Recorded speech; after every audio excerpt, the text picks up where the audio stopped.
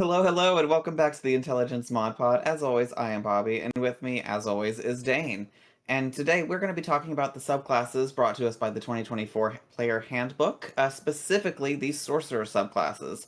Dane, do you have a lot of experience playing Sorcerers? Are you a Sorcerer guy? I definitely love the Sorcerer.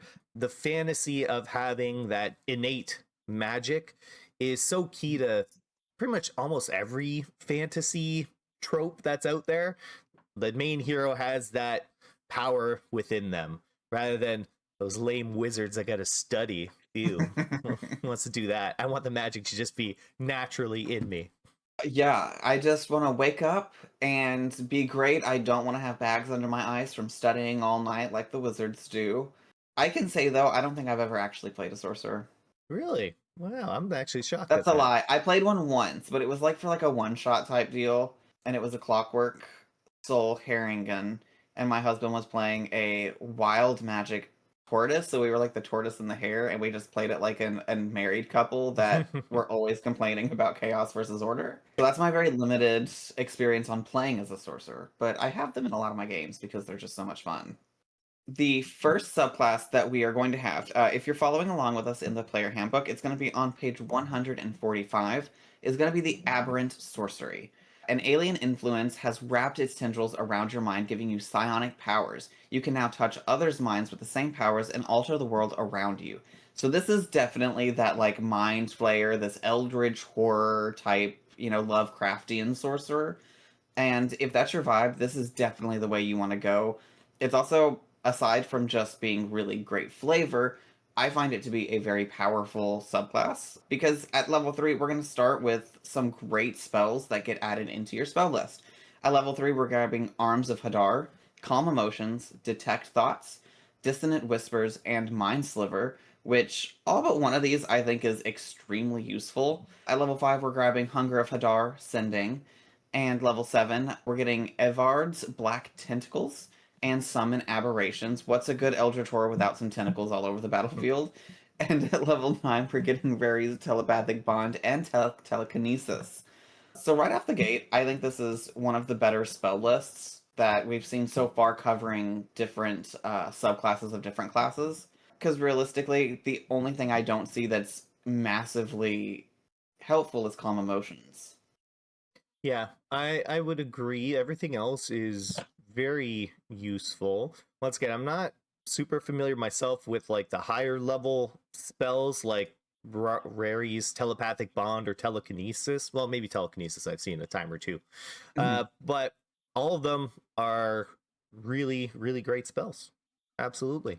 For reference, Rary's telekinetic bond essentially is you creating a network of 8 people's minds, and they can just freely communicate Okay. telepathically together. So whereas normally the one person with message is like having to repeat everything to people, this just everyone is part of a network based around you as a router.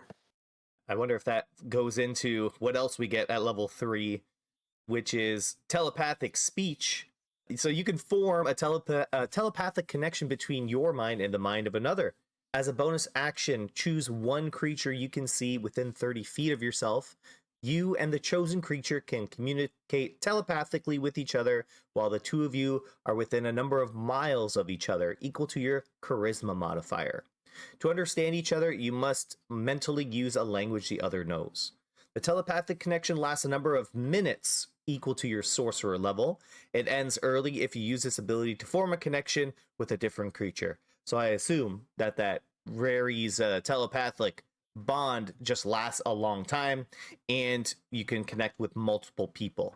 So this is just a couple of minutes. This is like a improved message spell, Mhm. basically, where you don't have to use like the verbal somatic components of the Mhm. message spell and you can just have that mental connection with someone. I've seen this used a lot. This is amazing for when you are doing stealth missions because often, or like specifically political intrigue. Because with message, something that a lot of people forget is that you do have to point, and you still have to say it with your mouth. The only people who are going to hear it is the person you're messaging, but everyone can see that you are pointing and talking with your mouth. So unless your character, is doing one of these every so often, it can get noticeable. Whereas this, It's immediate, you make this connection, and nobody knows you're doing it. At level 6, we are going to grab Psionic Sorcery. When you cast any level 1 spell or above from your Psionic spell feature, you can cast it by expending a spell slot as normal or by spending a number of sorcery points equal to the spell's level. If you cast the spell using sorcery points, it requires no verbal or somatic components, and it requires no material components unless they are consumed by the spell. I think this is so great because now not only are we getting to cast these great spells, we're not using verbal or somatic components. So again, just like with the telepathic speech, nobody knows that it's you doing it unless they are keenly aware that you are an aberrant sorcerer, which most of your villains aren't gonna know. So you don't really have to worry about that as much. But also at level 6, we're going to grab Psychic Defense, which gives you resistance to psychic damage, and you have advantage on saving throws to avoid or end the charmed or frightened condition. So we're grabbing 2 great, a resistance to 1 great damage, and then advantage on saving throws to 2 things that come up a lot. Yeah. So level 6 is a great place for the aberrant sorcerer. Yeah, and just as a reminder for those psionic sorcery, it is the spells off of the spell list that we had mentioned earlier. And what I was looking at is, so sorcerer level, so it's saying your spell slot level. You can use those spells either by casting a spell slot or by spending a number of sorcery points equal to the spell's level. So with Arms of Hadar or Dissonant Whispers, that's a first level spell, right? And that is only going to be 1 sorcery point to use that. When we use our sorcerer class feature with transferring spell slots into spell... Oh god, I gotta confuse the words. The sorcerer points, there it is. Spell slots into sorcerer points. I think a level 1 spell slot gives you 2 sorcerer points. Right? So you're kind of you're netting positive with multiple uses of the spell. And I think the sorcerer conversion can happen on your bonus action, or is there a limit to it? I forget if there's a limit to per short rest or long rest with that feature. Okay, so converting spell slots to sorcery points requires no action, whereas going the other way does require a bonus action. So getting 2 sorcery points for these spells is not going to cost you an action. That's pretty good. That's like a supreme. Yeah, so you have a lot of longevity, which is not something that a lot of casters get in terms of like being able to actively replenish spell slots on the fly. Usually it involves like a short rest or something of that nature, but sorcerer can do it on the fly. And I would like to point out that like when you get into some of the higher level spells, such as like Hunger of Hadar, which is so strong, this is going to be the bane of your DM's existence. Use it. You can pop this is a 3rd level spell, and you can just take a 2nd level spell slot, turn it into 4. Is that correct? 4 points. Is it 2 per spell slot? Yeah, 4 points. Even if it's just 3, you're still casting a 3rd level spell as essentially a 2nd level spell slot. Yeah. So even with, you are gaining so much extra versatility with your lower spell slots, because you can just turn them into these higher spell slot spells that you're not having to use verbal or somatic components or material components unless it's consumed. At level 14, Revelation in Flesh, you can unleash the aberrant truth hidden within yourself. As a bonus action, you can spend 1 sorcery point or more to magically alter your body for 10 minutes. For each sorcery point you spend, you gain one of the following benefits of your choice, the effects of which last until the alteration ends. Aquatic adaptation, you gain a swim speed equal to twice your speed, and you can breathe underwater. Gills grow from your neck or flare behind your ears, and your fingers become webbed, or you grow a wriggling cilia. That's what that's called. That's like a little tail. Glistening flight. You gain a flight speed equal to your speed, and you can hover. As you fly, your skin glistens with mucus. That sounds great. See invisible, or see the invisible. You can see any invisible creature within 60 feet of yourself that isn't behind total cover. Your eyes also turn black or become writhing sensory tendrils. Ugh, just out of your eyes? Wild. Worm-like movement. Your body, along with any equipment you are wearing or carrying, become all slimy and pliable. You can move through any space as narrow as 1 inch, and you can spend 5 feet of movement to escape from non-magical restraints or the grappled condition. So this ability makes you gross. Can I just say, I both love and absolutely hate this feature all at the same time. Because it's so strong, but this is gross, y'all. This really makes it apparent that there is something living inside of you. This definitely is so flavorful, and as a DM, I would tell you don't listen to everything it's saying here. Get creative and make your own gross shit to go with it, because this is a gold mine of grossing the other players at the table out, and you should shamelessly be the absolute grossest thing on the board at any time whenever you're using this. Now, let me ask you, this is definitely one of those ones, this is an out of combat, out of battle type situation you would use these in, more than likely for most of it. Yeah. Because it takes a bonus action. So probably during your first turn as a sorcerer, you're using the innate sorcery feature to bump your DCs up. You get like the +1 to attack, +1 to spell save. That's your first turn, probably. Now, if you use this prior to a combat, it lasts for 10 minutes. So if you can kind of time it out to make yourself all goopy and you can fly, then yeah, that's pretty good. Because there's no concentration on these kinds of abilities. So you can fly without the fear of getting knocked down and losing concentration like you would with like the fly spell, as an example. Or breathing underwater, right? I don't know if there's a spell that, gives you a concentration to hold your breath. There is. Yeah, well, there you go. So it's just all these things are without concentration. Level 14 is pretty high for something like this, I would say. You might not see it in a lot of campaigns, unfortunately. But outside of that, they're great features to have. Definitely flavorful as well as useful in utility. Yeah, and I would like to say, in combat, as you were saying, a lot of these aren't going to be used. The aquatic and the worm-like, I don't really see those getting used in combat as much. I mean, with the grapple, maybe, but it feels like, that might be a waste of a bonus action just to get, what is it, advantage? Oh, no, you just escape it. Yeah, you just wriggle out of there. That's pretty decent. But the see invisible, I could definitely see being a game changer at the table, because once you start getting into like the level 14 area, a lot of things can turn invisible. So being able to just take that absolute advantage that the enemies would have by being invisible away is definitely going to be a thorn in your DM's side. Or they're going to start giving more invisible enemies just to, pull this feature out of you so you can't use it later. And it only costs one sorcery point to do this as well, which at level 14 you have 14 of them. So you have a lot to use. And if you're using your psionic sorcery, you're transferring a lot of your spell slots into sorcery points anyway.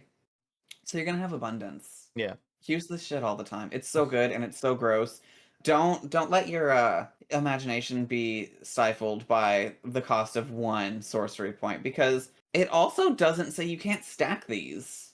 You could have all 4 of these going at the same time if you you can't cast them all at the same time, but I mean, if you have nothing else to do with your bonus action and you just want to be gross, you can in fact become just an absolute abomination. I mean, yeah, so if you spend 4 sorcery points, you can get all of them. Great for out of combat. If you're interrogating someone and someone in the span of like 12 seconds just morphs into a skin glistening glob of slimy, eye protruding, you might be creative with this. This has a lot of out of combat and even out of exploration uses. You could totally use this for social encounters.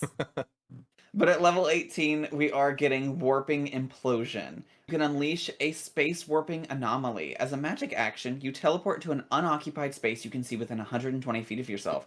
Immediately after you disappear, each creature within 30 feet of the space you left must make a strength saving throw against your spell save DC. On a failed save, the creature takes 3d10 force damage and is pulled straight towards the space you left, ending in an unoccupied space as close to your former space as possible. On a successful save, the creature takes half damage only. So they're not pulled. But you are essentially creating a tiny black hole in the space that you have warped away from, pulling everyone in. And 3d10 force damage, I feel like at level 18 isn't the greatest. But, I mean, this is teleporting utility. And it can also be used to pull people in, because this is 30 feet, which means if you do pull them in, that would get them closer to 20 feet. For you to then lob some fireballs with a quicken spell. The damage is quite low on it. Strength save can be difficult against certain creatures.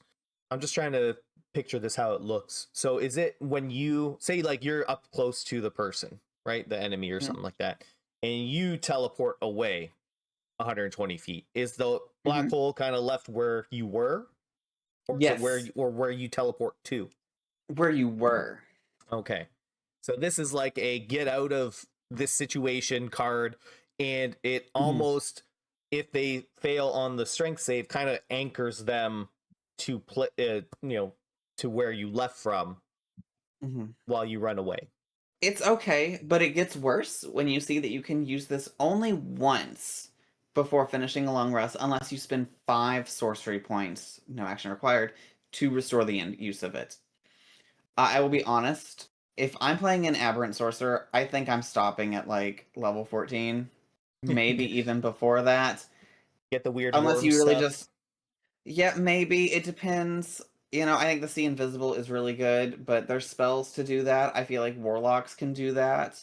I don't feel like this is a very strong capstone. Yeah, I agree. Like probably the biggest reason just to continue pursuing up into the sorcerer tree is to just get more sorcery points. Like in total. Flavor for this one, I'll go first. I definitely think I would play the lonely farmer that was working his fields, and then something from outer space came and infected him.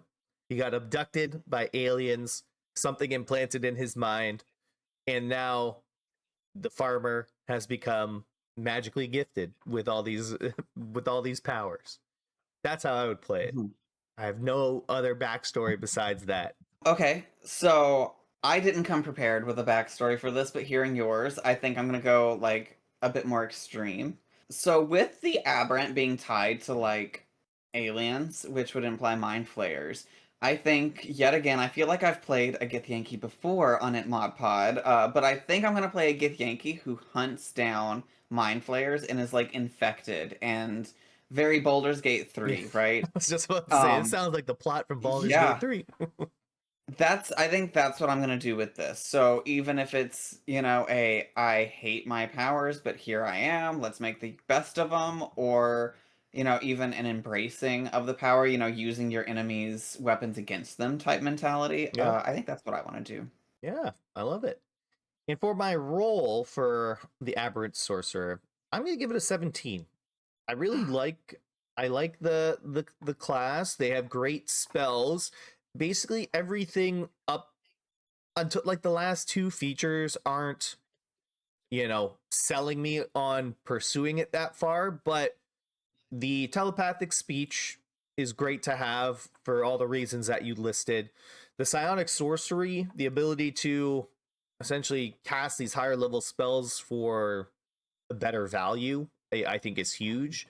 And getting the resistance to psychic damage, while not an extremely popular damage type, still can be prevalent, especially depending on the campaign. And advantage for the charmed and frightened condition is really nice as well. And yeah, the other ones, like we talked about, 18, warping implosion, I'm not blown away by. The revelations in flesh, a lot of cool flavor and features that you can do, but not as good as the other 2. features you get. Yeah, it comes in late. I feel like if that had been earlier, like at level 6, Revelations in Flesh would have been fine. Yeah. Um, I was not as generous Oh. for my role of the Aberrant Sorcerer. I give it a 15 because I think everything it does good is situational. You know, I feel like the telepathic speech, is it going to come up every session? Maybe, maybe not. I mean, even if it does, you know, there are cantrips that do very similar things. You know, obviously this one is a upgraded version of Light Message, but you know, there are cantrips that can cover a lot of what it's doing. And again, once we hit that halfway point, I feel like a lot of the features fall off and become extremely situational. I mean, with resistance to psychic damage, that really doesn't come up a whole lot. So you really have to make sure you're in a campaign where that's going to come up. Same thing with Charmed and Frightened. You know, obviously, Charmed and Frightened are probably the most common of the conditions, but I again don't know if they come up enough for me to feel like this is like an absolutely bombastic feature because again having a paladin in your party completely invalidates having this, it feels like. Yeah, I mean, um definitely helps if you have both. yeah, it does, but I don't think that this class really stands up to what cantrips do. You know, Yeah. we have cantrips to do most of what this is doing. I think its strongest feature is the psychic or psionic sorcery to Yeah. give us the extra, the cheaper spells. But I don't feel like I could go above a 15 for just cheaper spells. That's fair. Yeah. So yeah, the spell list does carry, I think, a lot of it. Like the spells that you get access to, they do help, and you'll be blinding and cold, making people cold quite a bit with this subclass with Hunger of Hadar all the time. But on to our next subclass, which is Clockwork Sorcery. The cosmic force of order has suffused you with magic. That power rises from Mechanus, or a realm like it, a plane of existence shaped entirely by clockwork efficiency. So we start at level 3, obtaining our clockwork spells. You get the following spells at level 3, 5, 7, and 9. At level 3, Aid, Alarm, Lesser Restoration, Protection from Evil and Good. Level 5, Dispel Magic, Protection from Energy. Level 7, Freedom of Movement, Summon Construct. And level 9, Greater Restoration and Wall of Force. So in addition to that, you can get this kind of, it's like a flavor portion of this. Consult the Manifestations of Orders table and choose or randomly determine a way your connection to the order manifests itself while you're casting any of your sorcerer spells. You know, just some fun stuff like there's a hands of a clock that spin in your eyes when you cast these spells, floating equations like that Zach Galifianakis meme while he's in The Hangover, that one. Just stuff like Mhm. that. So fun, little, flavorful. You don't have to choose it. It's just some additional flavor. I like the spell list. I think it's pretty good. As a support player, I see a lot of things that I really like in this. I'll say the manifestations, they do literally nothing for me because I feel like players, if they want these, their DMs are going to give it to them anyway, even without it being like an official feature. But what I do enjoy about it is for newer players, introducing them to the idea of flavor and, you know, doing something a little bit different with your character. So I appreciate that it's there, but it, you know, to me, because I do this so much, it feels a little not needed. Yeah. Yeah, and I agree. Like it's not a bad thing it's here. I specifically just don't think it adds anything to like when I think about the class. It doesn't add anything that I'm going to be basing my role off of. Right. Yeah. Like you said, it's I think it's definitely for newer players, give them a little bit of flavor, give them something to supplement their character with just to add that variety. But as you mentioned, spell list is a good spell list. I like it. And also at level 3, we get a feature called Restore Balance. Your connection to the plane of absolute order allows you to equalize chaotic moments. When a creature you can see within 60 feet of yourself is about to roll a d20 with advantage or disadvantage, you can take a reaction to prevent the roll from being affected by advantage and disadvantage. You can use this feature a number of times equal to your charisma modifier, minimum of once, and you regain all expended uses when you finish a long rest. What do you think about this feature? I adore this feature. I think this is amazing. This is very reminiscent to me. Not quite the same, but like in power scale, it feels an awful lot like if you have a divination wizard with like the portents, or if you just have the lucky feat. This, just comes baked right in for you. And, getting to use it a number of times equal to your charisma modifier, generally, you're going to have like a 3 or 4. So you're getting, a decent amount of uses early on with this. Overall, I love it. I think this is good. I think it's really strong. Mm-hmm. And as a support player, I love taking disadvantage away from my friends. Yeah, I would wonder which one you think you would use it more against. Like, would you take away advantage from monsters more, or would you take I away think I would, yeah. disadvantage? Okay. Yeah, because for me, I'm always in the mindset of a support. And to me, the only thing better than healing damage is stopping it from happening. And getting rid of someone's advantage, you're auto-magically having a better chance of reducing them even taking damage at all. Mm-hmm. So that's probably where I would go with that. I feel like if you find yourself in a situation where you got disadvantage, it's probably your fault anyway. You can figure it out. Yeah. And just so we remember this as well, this does take your reaction as your Mhm. sorcerer. So things like absorb elements or shield are not able to be used this round if you do use this ability. Yeah, so DMs, if you have a sorcerer that's just really causing problems by using this, just remember the moment they pop this, full force is on them because they are vulnerable. At level 6, we're grabbing Bastion of Law. You can tap into the grand equation of existence to imbue a creature with Shimmering Shield of Order. As a magic action, you can expend 1 to 5 sorcery points to create a magical ward around yourself or another creature that you can see within 30 feet of yourself. The ward is represented by a number of d8s equal to the number of sorcery points spent to create it. When the warded creature takes damage, it expends a number of those dice, rolling them and reducing the damage taken by the total of those dice rolls. The ward lasts until you finish a long rest or until you use the feature again. I think this is super good because Dungeons and Dragons does not often give us ways to reduce damage taken. That is something that, off the top of my head, I can think of maybe 3 other sources that allow you to do this in the entirety of the game. So I love this. I think it's great, and it doesn't get like expended if someone, dodges it. So if they're not getting hit, they also can choose. So say you put this on your rogue while they're off doing their own little stealth mission, you don't even have to be present there once they leave with it.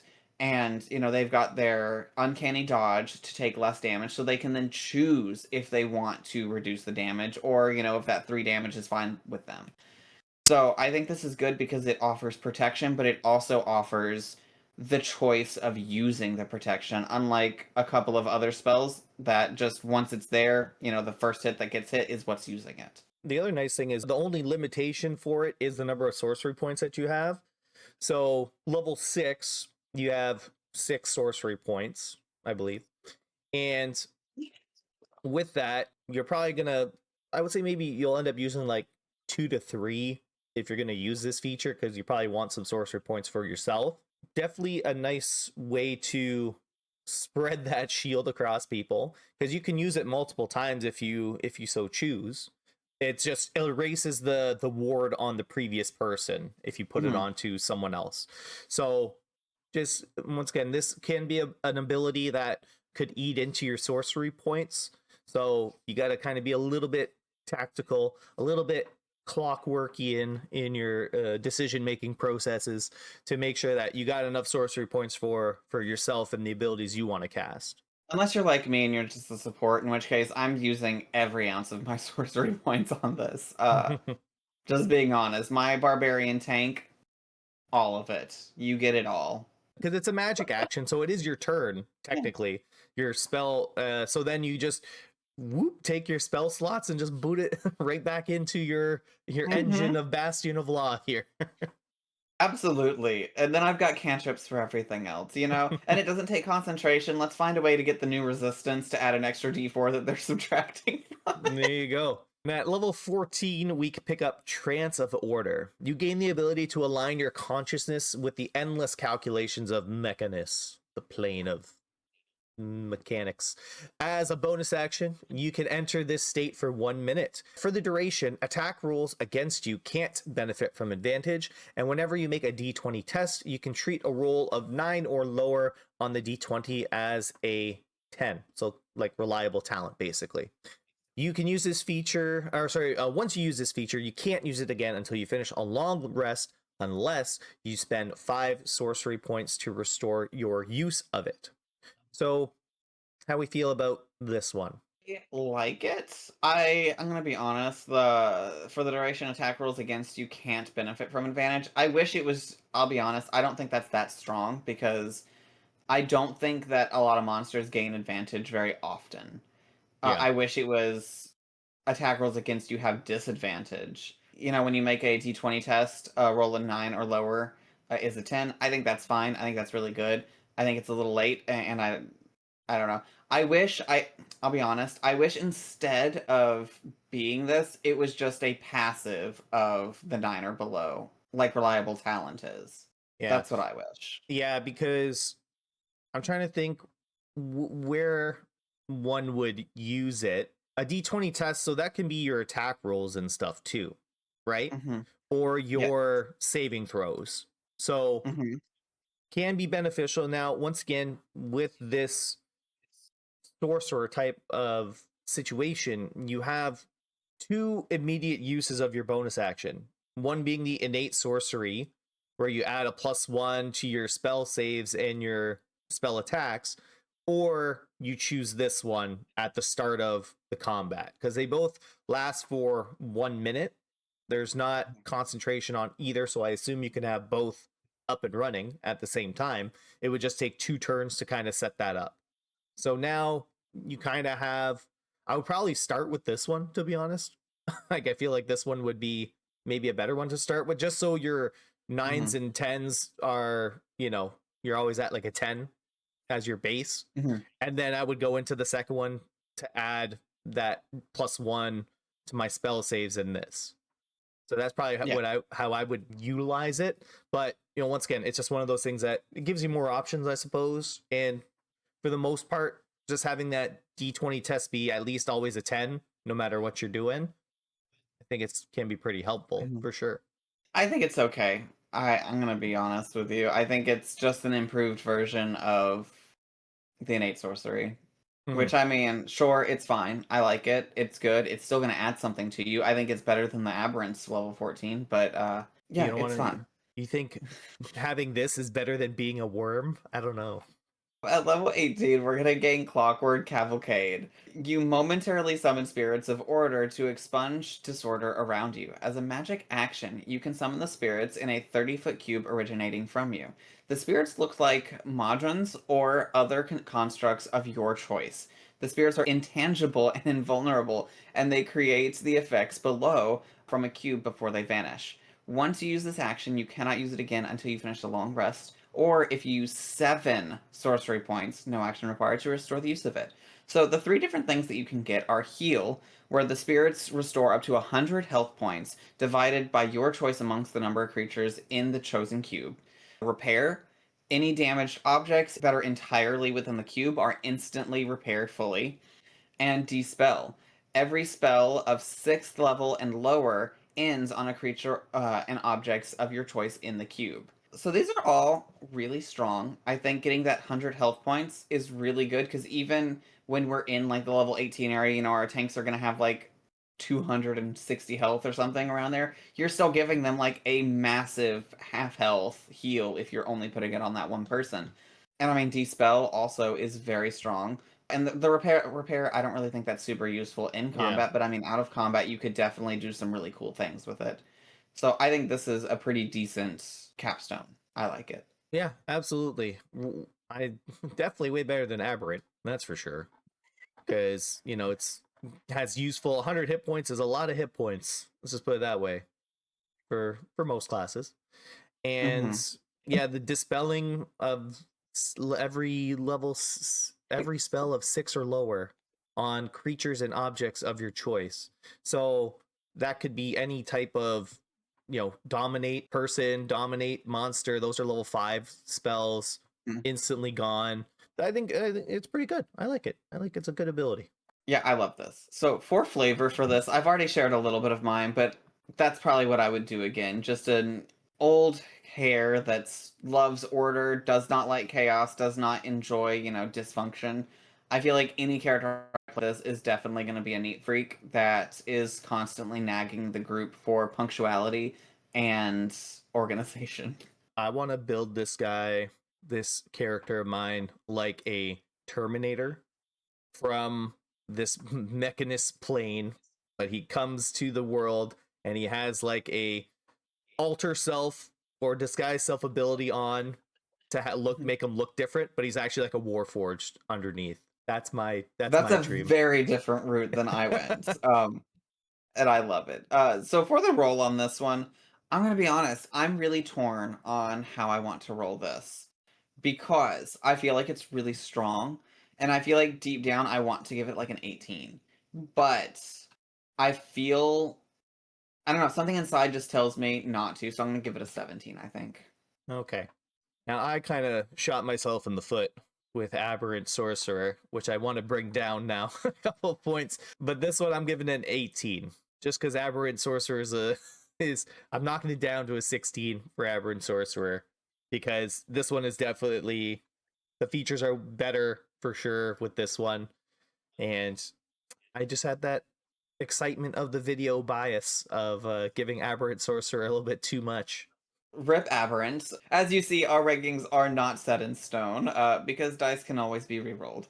Up next, we have the absolute ever favorite of Dungeons and Dragons, the golden child of Sorcerer with draconic sorcery. Your innate magic comes from the gift of dragons. Perhaps an ancient dragon facing death bequeathed some of its magical power upon you or an ancestor. Or if you're like every other draconic sorcerer, your parents had sex with a dragon.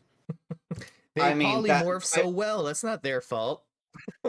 Listen, that is 98% of my draconic sorcerers in my campaigns that I run. It's always like my ancestor is a dragon, and I'm like, you know what? Sure, whatever.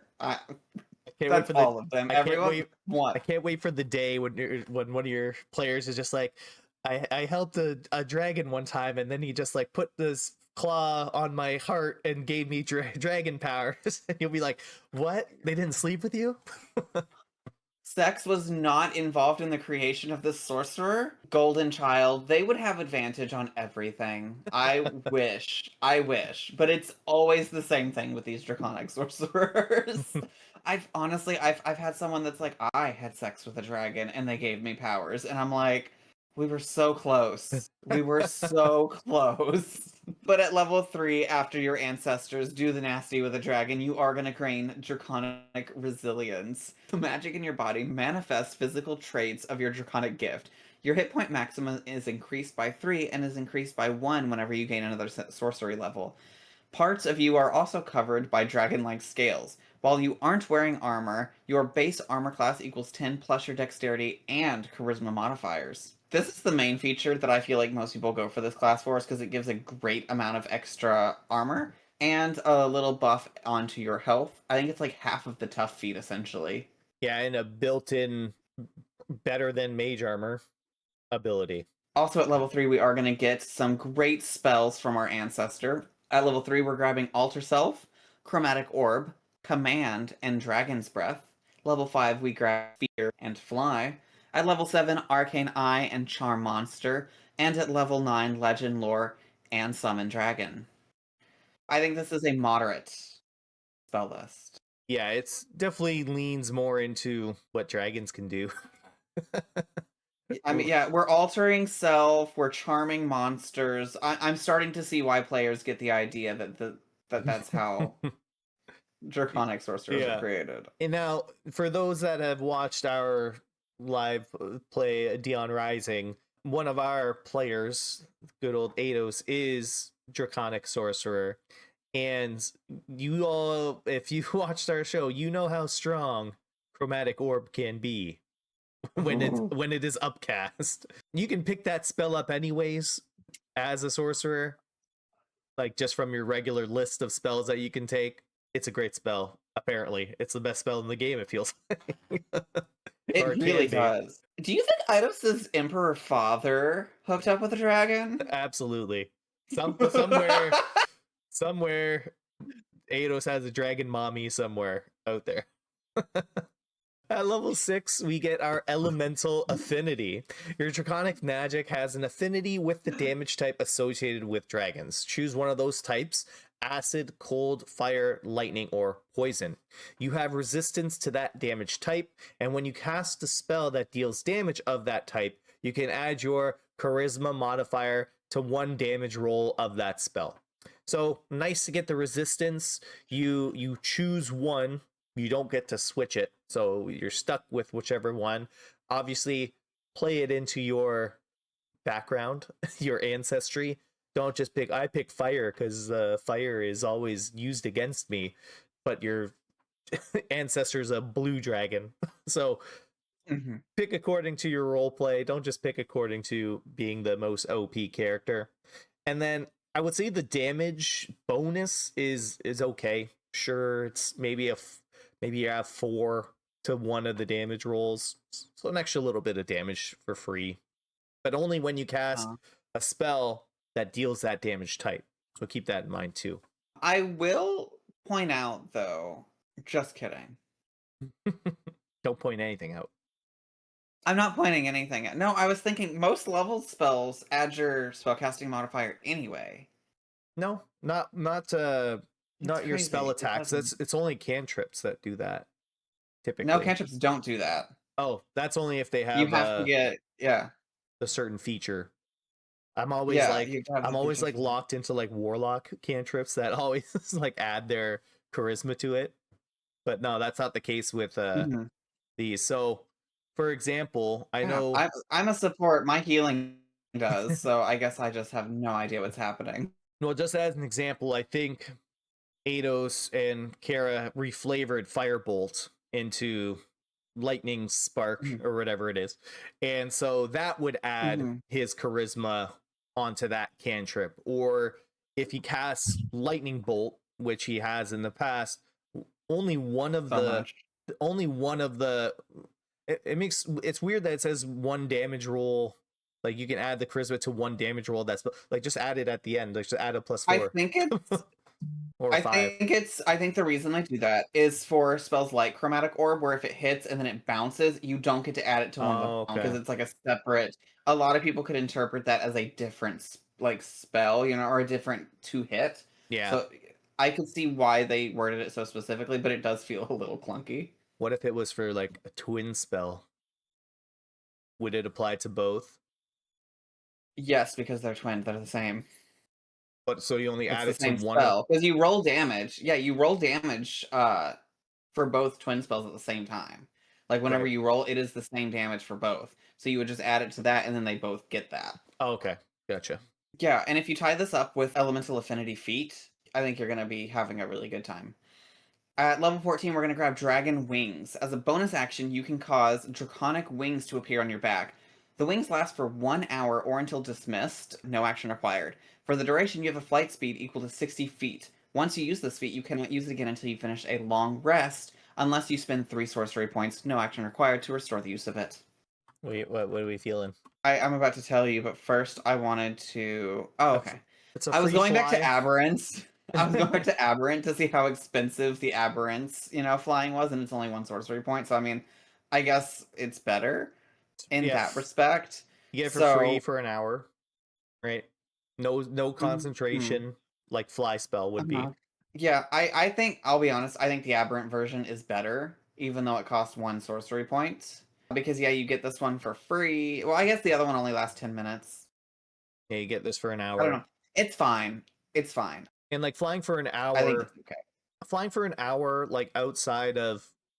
Like, just imagine, like, being away from your party for, like, an hour is a long time.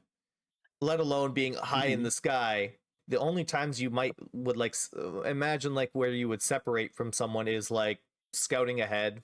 So yeah, maybe you're flying above something and then coming right back. So sure, you can maybe find benefit in that, but I mean, it's a free fly. We'll just put it that way as a bonus action. At level 18, Dragon Companion, you can summon or you can cast summon dragon without a material component. You can also cast it once without a spell slot, and you regain the ability to cast it this way when you finish a long rest.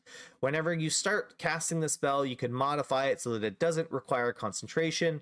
If you do so, the spell's duration becomes 1 minute for that casting. Now, traditionally, Summon Dragon is a concentration spell that lasts up to 1 hour. So I definitely think in the midst of a combat, changing that to making it not concentration and just last a minute is all you need. And you need an object with an image of a dragon engraved on it that's worth over 500 gold pieces. So you don't need that.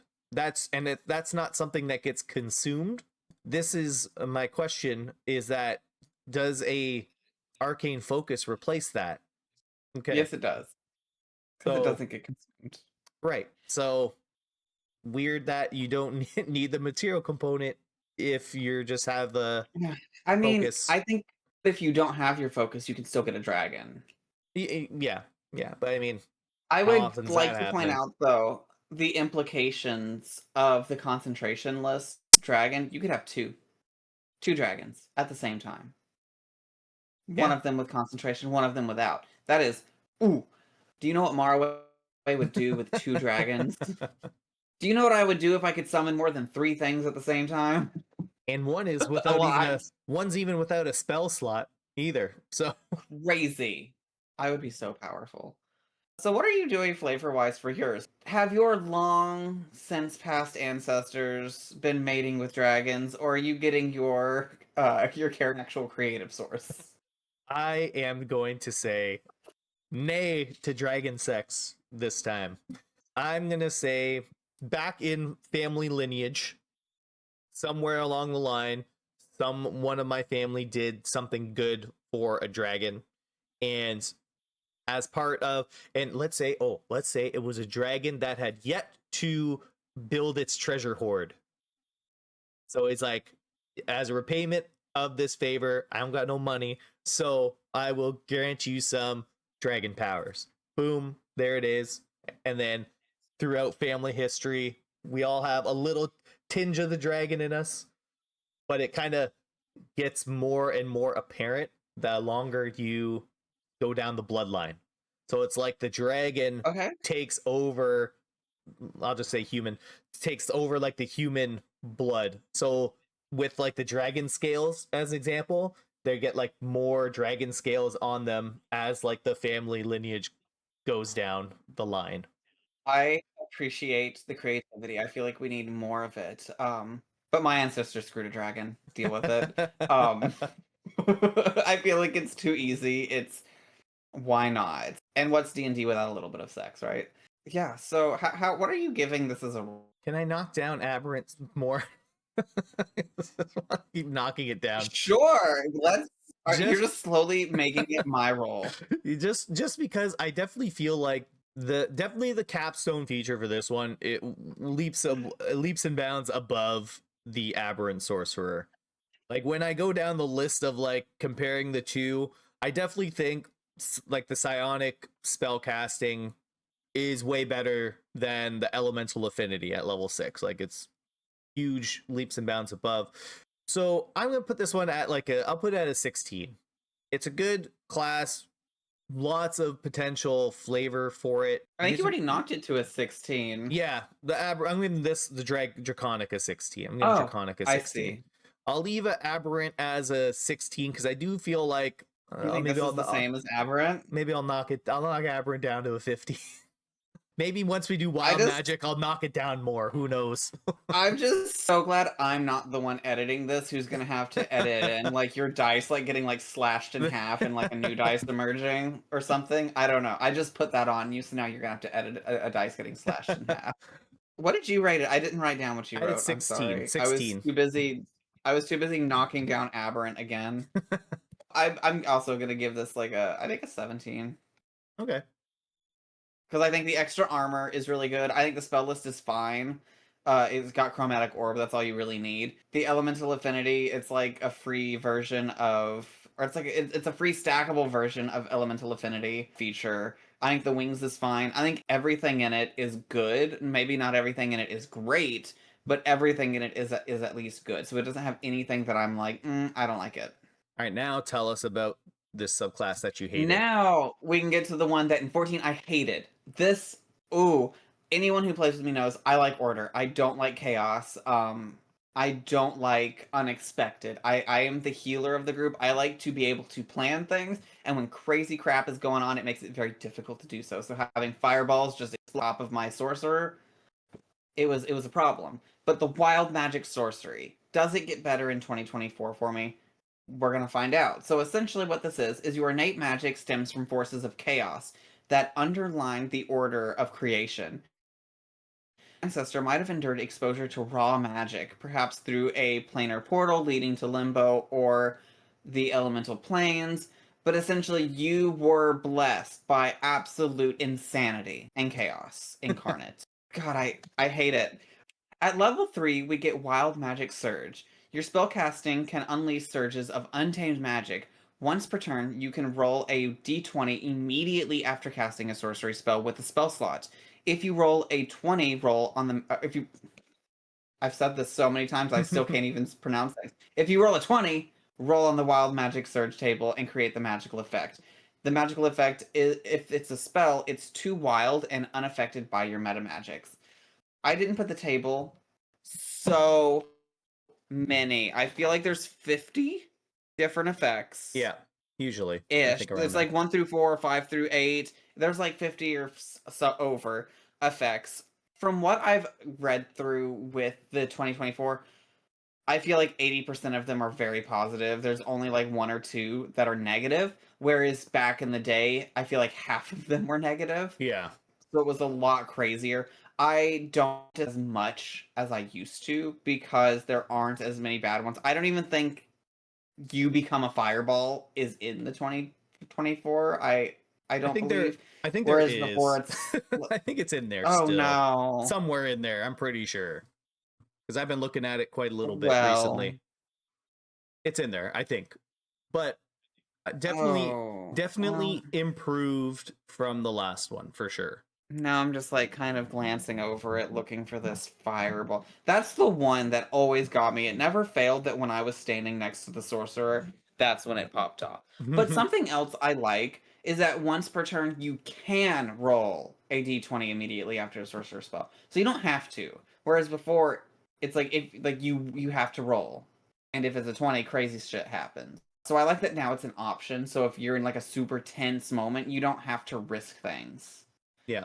And I know there's a whole lot of homebrew rules for wild magic. I think it's the most homebrew ruled subclass there is for people that want the chaos, who talk to your DM and like if you roll your 20 and it doesn't do anything, the next time you roll it's a 19 or a 20, and then you roll again and then it's an 18, 19, 20, and it just keeps getting lower until you proc it.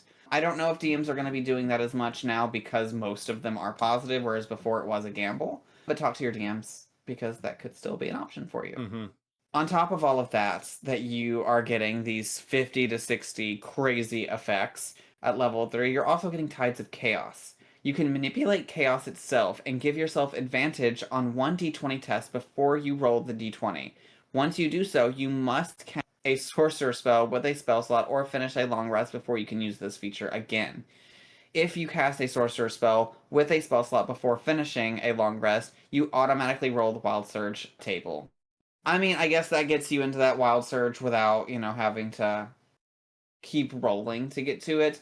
But also, it is important to say that this is not like you roll, you fail, oh, I'm going to use Tides of Chaos. You have to do this before you roll. Yeah. You have to announce that you're rolling it with advantage before you roll. Yeah. Now, do you want to know a fun little thing that maybe Killian might be doing in the future? Is that you can roll with advantage, like we said, on any like d20 test. So in the future, Killian may or may not become a wild magic sorcerer. Using it on like your initiative roll, you can do it for that. You could do it on any type of check that you're trying to make. And then anytime you cast a spell or a spell slot, a sorcerer spell, Also, make note of that it has to be a sorcerer spell. So if you're multi-classing as like a paladin, so to speak, if I use like a smite spell, it doesn't apply to this Tides of Chaos. So Mhm. you can basically give yourself advantage quite a little bit, but you'll be rolling on the wild magic table quite a little bit if you want to do it this way. Yeah, I think this is fine. I don't think it's as strong as the clockwork, Yeah, honestly, that's but okay. it is. At level 6, we get Bend Luck. You have the ability to twist face with your wild magic. Immediately after another creature you can see rolls the d20 for a d20 test, you can take a reaction and spend 1 sorcery point to roll 1d4 and apply the number rolled as a bonus or penalty to the d20 roll. So this can be applied to enemies or allies. You take your pick. So kind of like Yeah, a and so this is guidance or bane without a spell slot, or like having a touch. This is just like boom happening. Yeah. This ability takes a reaction. So once again, kind of like I mentioned with the other feature of one of the other classes, I think it was Clockwork, you lose that absorb elements shield potential with this. After that, at 14, we're going to get controlled chaos. Whenever you roll on the magic surge table, you roll twice and use either number. This is when I no longer hate the wild magic sorcerer, because if you're playing level 14 wild magic sorcerer with me, I am okay with you. Only because me, myself, and I love organization. I like to know what's happening, and I don't like surprises. I'm in the wrong game for not liking surprises, aren't I? Well, you just don't just ban wild magic at your table then. Then you don't have to worry about I it. don't ban anything. I pride myself on not banning anything. If anything was getting banned, it'd be monks. In our capstone feature at level 18, we have Tamed Surge. Immediately after you cast a sorcerer spell with a spell slot, you can create an effect of your choice from the Wild Magic Surge table instead of rolling on that table. You can choose any effect in the table except for the final row, and if the chosen effect involves a roll, you must make it. Now, I think you would like this even more if that was the case, being able to choose from any effect on the wild magic surge table. All right, so give us some flavor for this one, Bobby. What do you think? Ugh. So I want to be very clear. I will never play this. I say that and watch in like 3 years I'm gonna be playing this crap on the one shots or something. I will never play this, and someone's gonna clip me saying this. But if I did, it would definitely be a Sorcerer of the Feywild. I would be High Fey, just bringing absolute chaos. This is, if I show up to your table with this, just know it's because I want to be banned because I don't like your DMing style, but I don't have the heart to tell you that. Make it hard on So him. I want you to kick me from the group. Yeah, I Fair. want you to kick me because my character is so obnoxious. That's the only way I would be playing this subclass, honestly, because I don't enjoy chaos. I don't. I think for mine, it would be once again the humble farmer out in his field, and a meteor comes down and lands in his field, and it's like a Oh, I thought it was magic. gonna hit him. No, and it's like it opens up and there's like some kind of raw or magical ore inside, and he gets too close Okay. to it, and bam, magic crazy powers. And then the humble farmer becomes a hero. Just many humble farmers Excellent. in my sorcerer stories. I'd love that. We love a humble farmer. I do want to say, though, just out there, as a DM, I do not hate this subclass. I love this as a DM because it hinders the players often. I hate this as a fellow player. I just want that to be clear that as a DM, I think this is a lot of fun. I just don't like it as a player because it often affects other players. And I don't want to be affected by your stuff, essentially.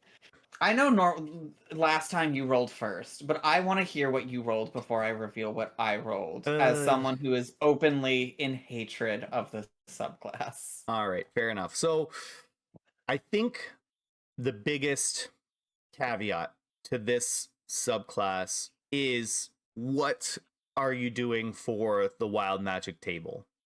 There are so many potentials of randomized tables and this, that, or the other that you could use that could make your life a living hell, like 2014's version, or has a lot more benefit to it, like the 2024 version of it. So I definitely think that the table you use will heavily impact this subclass. Outside of that, if I'm just looking at its features alone, like there's nothing extra beneficial, I feel. Like there's no spells you get, right? There's no spell lists associated with it. There's no like increases to damage or anything like that. You're literally banking on the gamble of the wild magic table, because there's some great stuff in there. There's some fantastic, almost like fight ending things that are in there. There's also, you turn into a plant and you can't do anything. There's stuff like that in there. So I think just for its chaotic nature, there's no like the control isn't there. I definitely think I'm gonna put this more at like a 14, 15. I think it literally just depends on the wild magic table that you use. I would give it a higher one if you're using like the 2024, but if you're going like a completely random, like ChatGPT randomize this table kind of deal and just give me something crazy, you could really screw yourself over. Like you said, you as another player, you don't want to get screwed over by the actions of someone else, especially unintentionally, right? Because it's not like they're maliciously doing it. This is just the randomness of it.